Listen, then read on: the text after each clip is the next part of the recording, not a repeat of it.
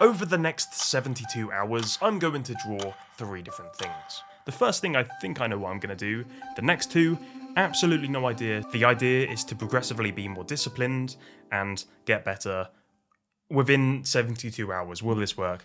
Who knows? Let's get going. So what was the first idea? Well, I love everything Japanese, and I'm a massive horror fan, so it went hand in hand that I ended up playing Silent Hill F. So I thought it only made sense to draw Hinako, which is a slight difference to my standard anime characters because Hinako is a video game character. I ran into issues immediately, and instead of focusing on proportions or anything simple, I went straight into the details, and this was a horrendous mistake. It cost me a lot of time, and I ended up crossing out my first draft of Hinako because it just didn't look right. I had to start all over again.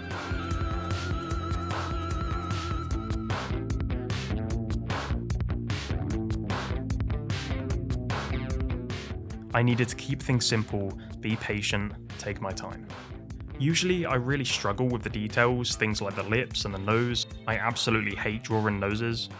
I spent a lot of time on the eyes as well. I love drawing eyes, I think a lot of people do. You kind of get addicted to doing them once you've kind of figured out the basics. I actually ended up using the charcoal pencil as well, which gave it this extra level of depth in the eyes, which is really satisfying to look at.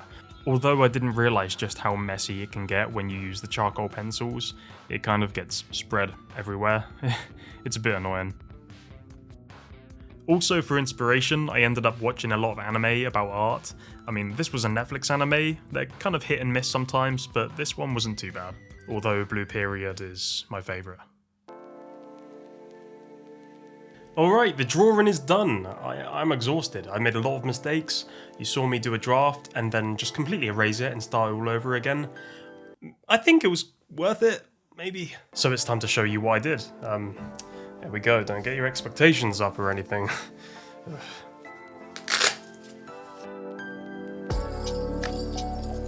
So there she is. This is Hinako. I'm actually really proud of this drawing. I mean, it took a little while, and it's, to a lot of people it would be rudimentary, but this is about the process.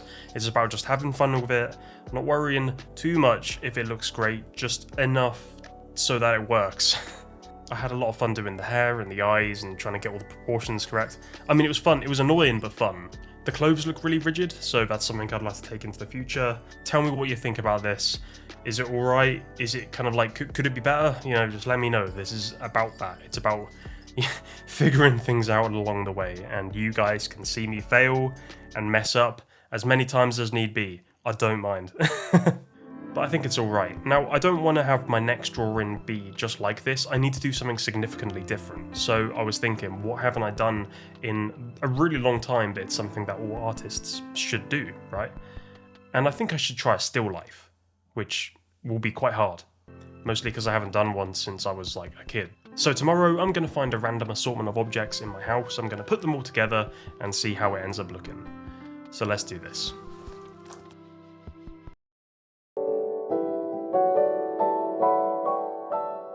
So the first object I chose was this fake plant. I thought it looked kind of cool, and it might be kind of complicated for someone of my skill level to draw, especially with the leaves because the perspective might be kind of tricky.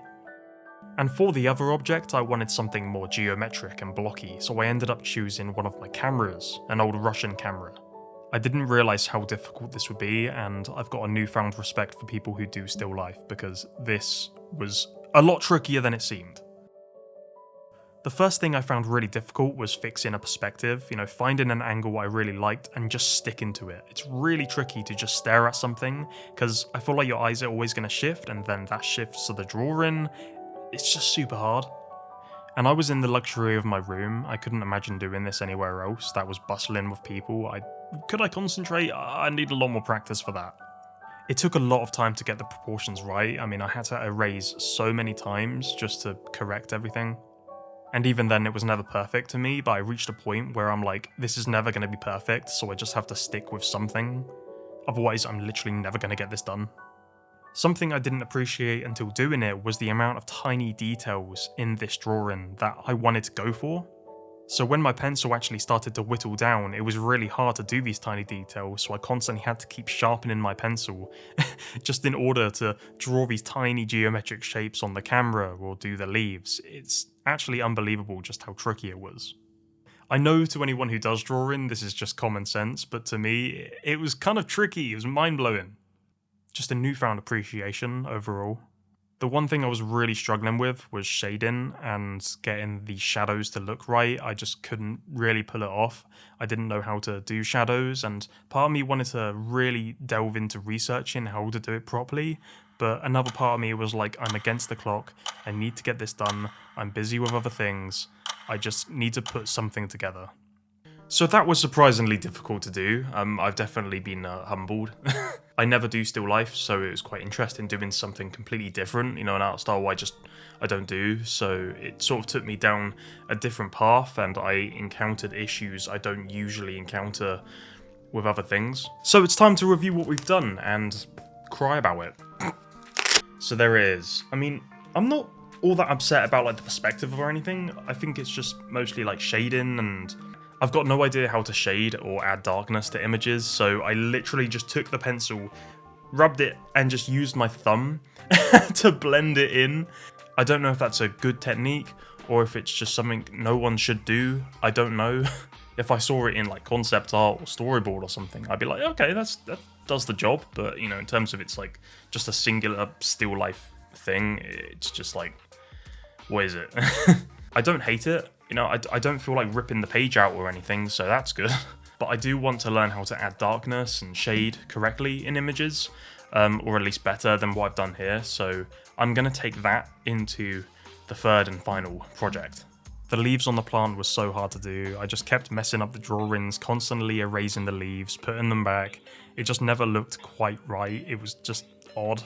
I also don't know a lot about line work. I'm not really even sure what line work means or how to make line work really good, but I can tell my sketches do look quite rough, I guess, and you know, there's a lot of like undefined lines here and there. There's a lot, it's very like scratchy, like multiple layers of lines rather than just singular, very clean lines, so maybe that's something I can take into consideration. It's just stuff I have to progressively learn, okay? So what are we going to draw next? What am I going to do? It's starting to rain outside, but I would kind of like to do something that is outside. So maybe tomorrow we'll travel somewhere and we'll see what happens.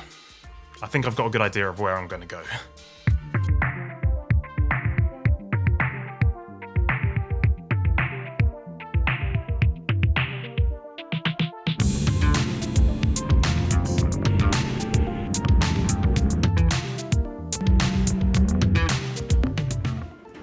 Ah yes, the bustling city of London. I'm gonna find something I can draw, but first, I fancy a pizza. I love a pizza. Oh, cheers. Scran. Okay.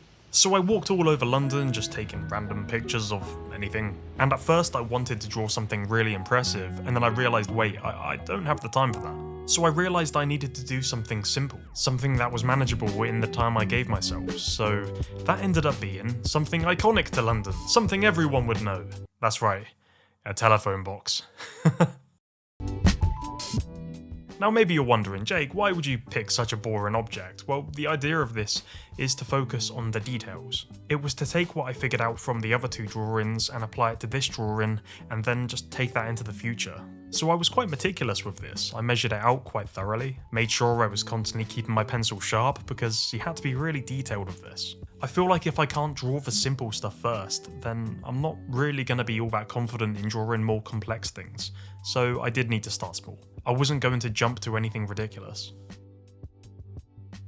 Surprisingly enough, this was really fun to draw, even if it was just a simple, singular object. But it was really satisfying seeing it come together and mirror what I took a picture of. It made me really appreciate diagrams of architecture and how intricate and detailed those have to be when architects sketch out their work.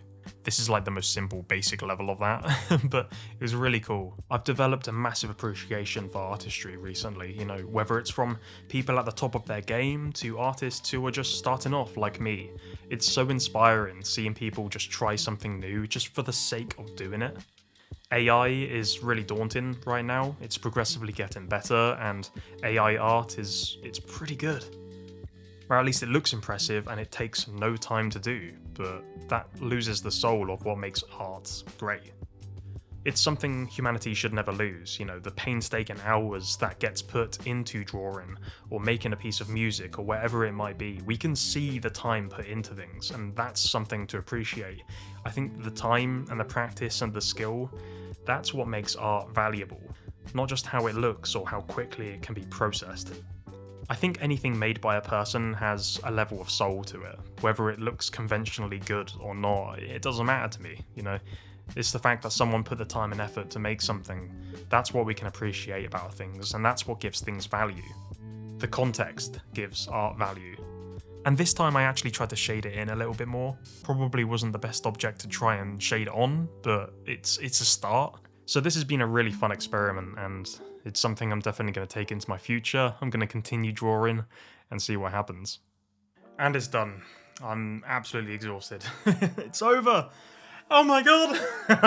72 hours later, this has been interesting, really interesting. I wanted this drawing to be kind of simple. I wanted to learn from my mistakes before and just think about geometrics and be a bit more patient with it and do a bit of shading here and there, as opposed to going completely crazy. So I'm going to get my book now, and here is the telephone box. That's the most iconic thing you could probably get out of London, or at least one of them. It's simple, it's clean, it's geometric, which is something I kind of struggled with before. So I added a bit of shading here and there. Is it a masterpiece? No, but that's okay. That's not the point. What I wanted this to be was 72 hours of drawing whatever, practicing, okay? And that was the main thing here.